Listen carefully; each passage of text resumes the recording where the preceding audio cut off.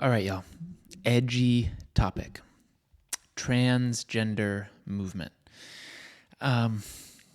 First of all, I want to say this is a much bigger conversation than the media, even influencers, people in politics are taking it to. This is a fundamental worldview difference that affects every area of life.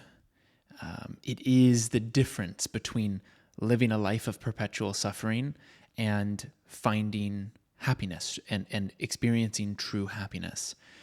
And this is just another fractal. This is just another expression of a misunderstanding of who and what we are, what reality is, what God is, what our relationship with or as God is.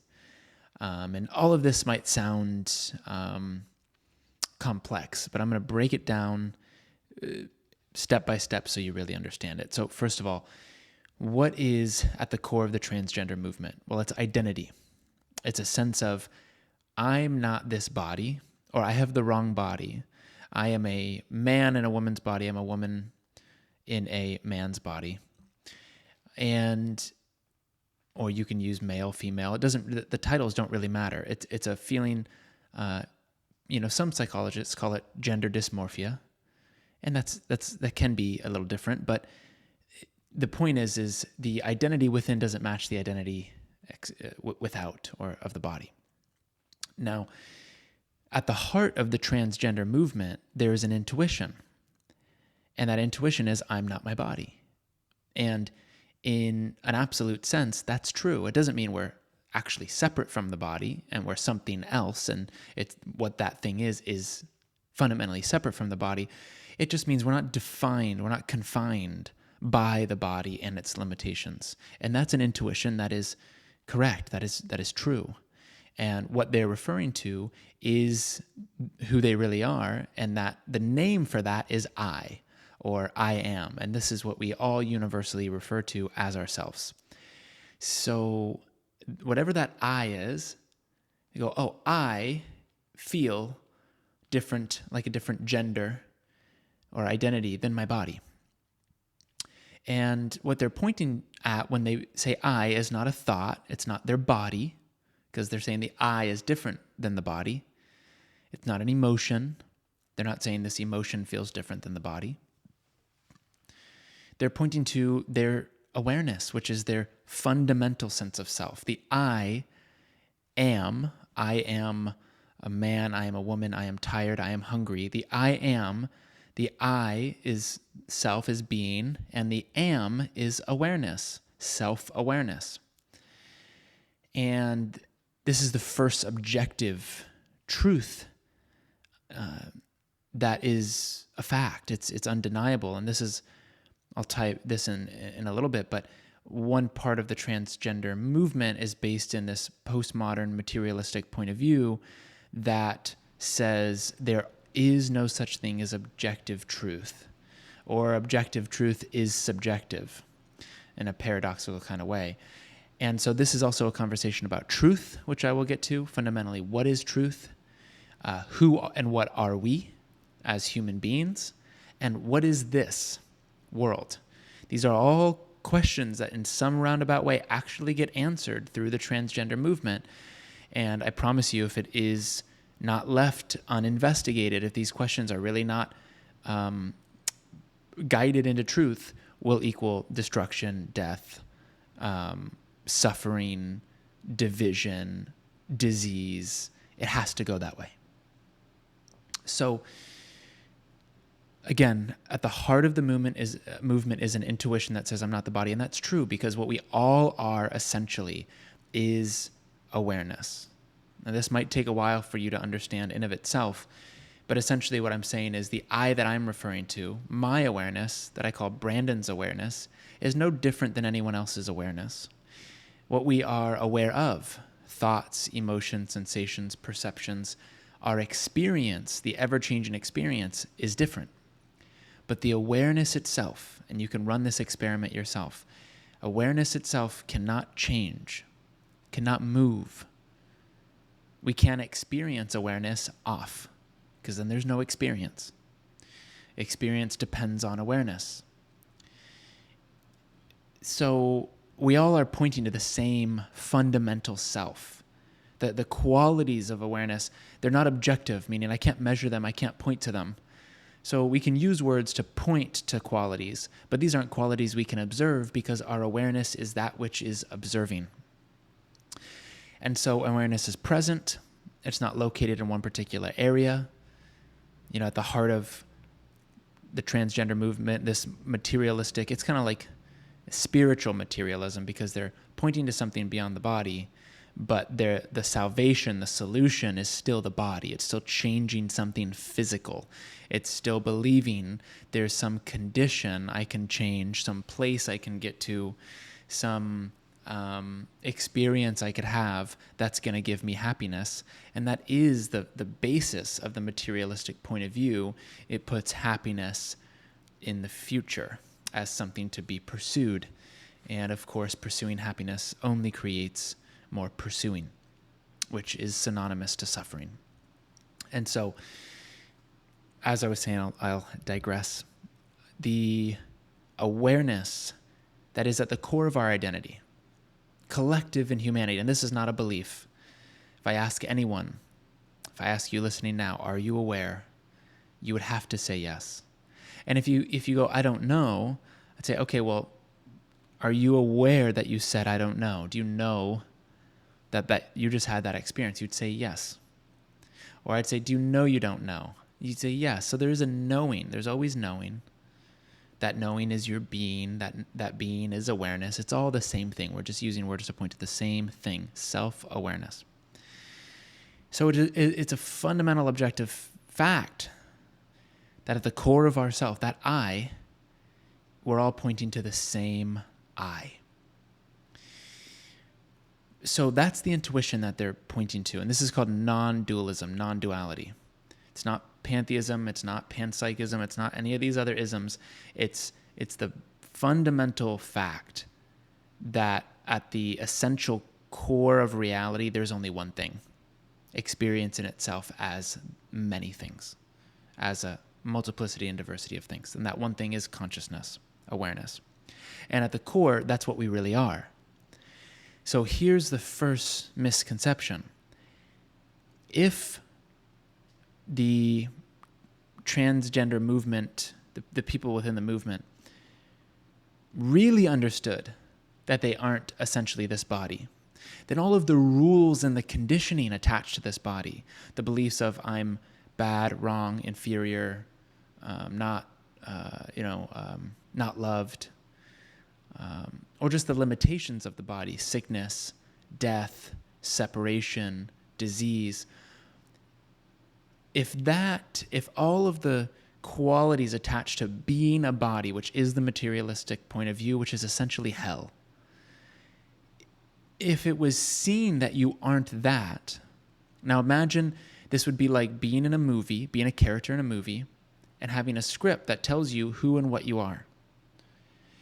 And you put on a costume and you become that character, and imagine forgetting that you're just playing a character. Imagine, I'm Brandon and I'm playing John. Imagine I forget that I'm Brandon and I take on John. Well, his script becomes my reality. I feel all of the stress and the limitations imposed on John by nature of being a part of this movie. Now, what would happen if I started to wake up and realize, wait, I'm Brandon? I wouldn't even realize that I'm not John. I'd realize John doesn't exist. John doesn't have his own independent reality. In a sense, it's like dreaming.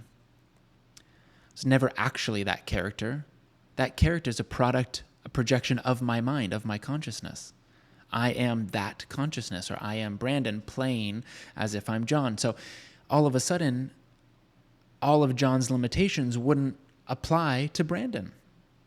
The moment I knew I'm just an actor, I wouldn't take it so serious. I would let go of trying to fight against life and reality and control and hurt and harm and whatever my strategies are. I would cease that effort in the ceasing, in the ending of the effort to control and change and dominate and get and pursue and seek, what is there naturally? Happiness. That is what happiness is. It is the natural condition when we are unconditioned. So at the heart of this movement, if there was a true understanding, I'm not my body, then it wouldn't matter. There would be no drive to change the body. Because the qualities of awareness, absolute freedom, infinity, eternity, boundlessness, presence, never comes and goes. It's never hurt or harmed by our experience. This body can be told it's bad or wrong and attacked, abused, and awareness is not tarnished. It's still. It doesn't change. This is the core of who we are. And this is what we're awakening to. And this is the intuition at the heart of the movement, which I appreciate. But because it's such a seemingly radical answer to who and what we are, we're the infinite. We're eternal. We've never been hurt or harmed. It could be so, it's such bait for the ego to engage in spiritual bypassing, because you can't, if I'm hurt by something, what good does me denying that do and say, oh, I'm just awareness, so I'm just going to deny that hurt? No, we actually have to meet all of those shadows. We have to meet all of the judgment that we're withholding within ourselves, that others are reflecting back to us, that others are supporting us in bringing to the surface. We actually have to meet that and feel that and question if it is who and what we are, and see for ourselves, not from a book, not from a teacher, see for ourselves that it's not who we are, essentially, and heal. That's the work. When you have a glimpse that you're not the body, that's the beginning of the journey. That's not the end. And we have to meet really a lot of the guilt and the shame that we've stored in our life. So I don't blame anyone on this path of really questioning their identity and who they are and what is truth for this to just be a smooth, easy path. It's not. It will bring up our greatest fears and shame and guilt to the surface. And if in a society where majority of us are not taught how to deal with that, then we have to go back to what we learned before, which is, well, oh, you're sad, go do something that makes you happy. Oh, you're lonely, go be around someone that makes you feel not alone. And this problem-solution paradigm that is materialism, that says once you have a certain set of conditions, experiences, possessions, you will be happy. And that includes your body. Once your body's a certain way, once your body is perfect, once you're seen by others in this perfect way, in a way that is in alignment with who you feel yourself to be, once they see you that way, then you'll be happy. And of course, that never happens. Why? Because, and test it for yourself, don't take my word for it. Life brings you people, places, and circumstances to reflect back to you your belief system, where you're not free, what you're fighting against.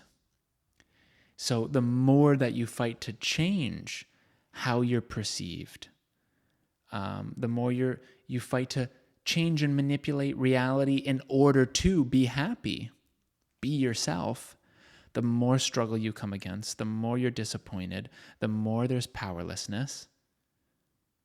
And this is at the core of any movement, really, that the government hijacks and other, parties involved hijack, because they want it to be another source of division and suffering, because those individuals are easy to control and manipulate when you're in a heightened emotional state. So again, this isn't about what is a man, what is a woman. Yes, that's a great starting point. And we have to have definitions that aren't circular. Oh, a man is someone that feels like a man. Okay, well, what's the man? A woman is someone that feels like a woman, that defines himself as a woman. Well, what is the woman? These are questions that the trans community can't say. They can't define, because it's ineffable. It's just a belief. And that's really sticky territory, because then I can believe myself to be anything. And if I get really honest, if I'm really believing myself to be, like when that gets extreme, people believing themselves to be wolves or inventing all of these different titles, we know, and I'll just be blunt about it, that this is just a coping mechanism. It's a way in a society where we've lost ourselves, we lost our sense of identity, and we don't know how to embrace the uncertainty because it feels like certain death. That's what uncertainty can feel like. And so we'd rather cling on to some sort of identity than just free fall in the unknowing, because that is scary initially. And it's also the gateway to absolute freedom. And that's why this whole movement can transform itself and become a radical agent of transformation, but it's going to take a lot of humility, a lot of self-forgiveness and insight and compassion to really get to that place. So let me just explain again a little difference in these worldviews. There's the worldview of materialism, which is essentially based in duality and suffering. The materialistic view says you are this body, and happiness is something to pursue. Because if I'm this body, I have to feel separate from life, because this body is apparently separate from life. And so separation, death, fear, this is the birth of all ego. Because that's also where time is created.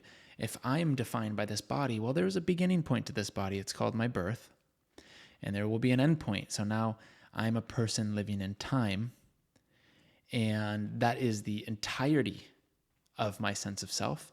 So I have to operate from that point of view.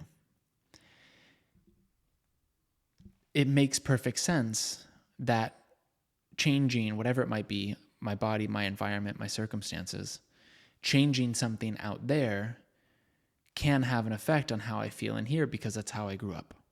That's the conditioning of the planet. Become this, get that, right? That's our collective materialistic conditioning.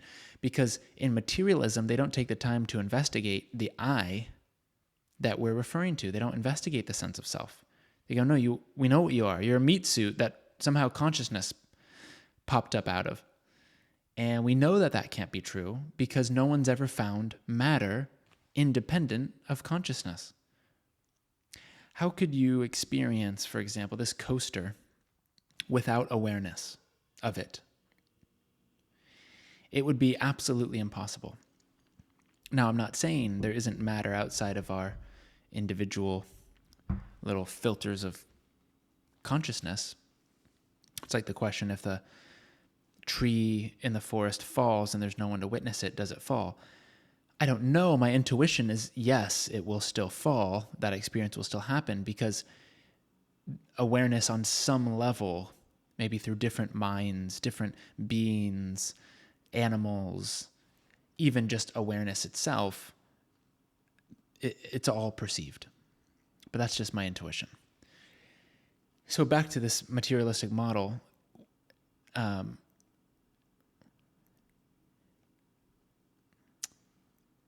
Well, there's the materialistic model, and then there's the conversation around truth.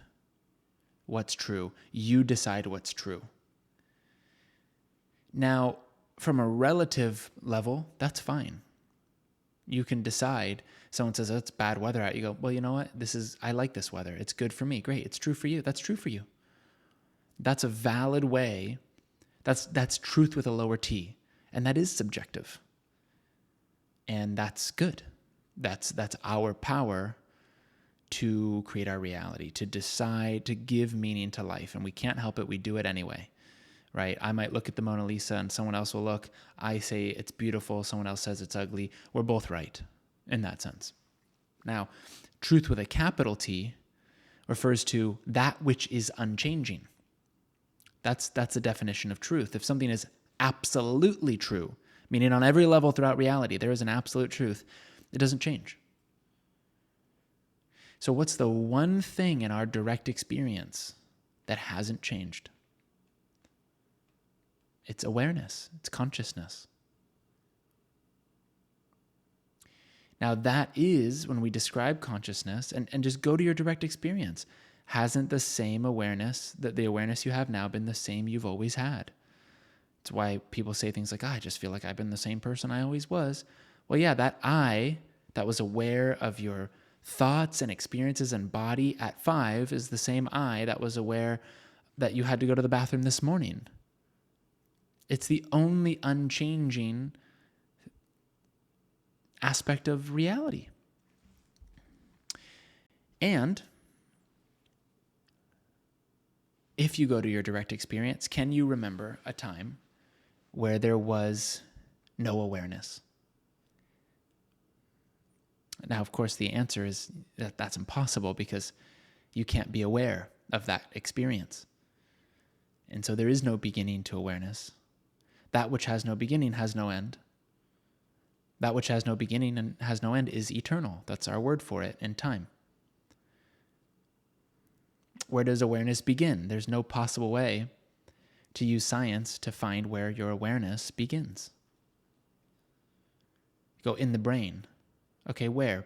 Pick a spot. Pick a, 2-inch by 2-inch, 1-inch by 1-inch location of the brain of where your awareness is. And then notice that you're also aware of that area. That you can't pinpoint in space a location of awareness. Meaning it doesn't take up space. It's not an object. So how we describe awareness in terms of space is infinite. It's just that which doesn't have borders, doesn't have limitation. It's present. And lastly, like I said before, it's accepting, you could say that, it's accepting of everything. It can't judge, fight. It can't resist anything. It can't be tarnished. It can't be aggrandized or minimized by anything. So all of these qualities, omnipresent, eternal, infinite, we're describing God. And so now I'm not going to say, hey, I'm God. I just want you to let you know you're God too, and I'm God, and the tree's God, and this is God. That's true, but let me break down what that means. When I say I'm God, I'm not referring to Brandon, to my ego. I'm not referring to this body and mind. The I that I'm referring to is consciousness. Consciousness is God. And the I that I'm referring to is that. Like, instead of my identity possessing God, I am God. No, I am God. Consciousness possesses me, possesses my body. I don't have awareness. Awareness has me. And that's true with all of us. So I know this might be a stretch. You go, how is the transgender conversation talking about awareness and consciousness? Because we have to get to fundamental truth in order to then answer the question, where does happiness come from? Because the only thing what's motivating everyone, but in the transgender movement specifically, is a sense of happiness. If I change this, then I'll be happy, I'll be more me. But the me they're referring to is not who they are. It's not who any of us essentially, and essential means the thing that you can't remove. You could remove parts of my body, remove an arm, and I won't feel like less me. The me is still perfectly there. I could dream and be in a totally different body, and the me is still there. I could be outside of my body, and the me is still there. The I. This is our eternity. So the nature of ourself, if we investigate it, is happiness. It is happiness. It's what we are at our core, but the conditioning, the beliefs, the stories cover that up. And the stories will say things like, just change this or that, go get this or get that. And that's how the ego stays alive. It keeps putting happiness outside, in a future, continues the pursuit over and over. So until the conversation is taken here, we're just going to spin in circles. No politics can't solve it. Science can't solve it. And for the most part, psychology can't even solve it. There has to be a really deep investigation into what we are, because this is an identity crisis. we're all looking for ourselves. And if we play into the Western model, we attempt to find ourselves in others, in their opinions of us, and how we feel around them, and our feelings, and outcomes. And as long as we derive our sense of self and our body image from any outcome, condition in our body, anything that can be observed, there will be suffering.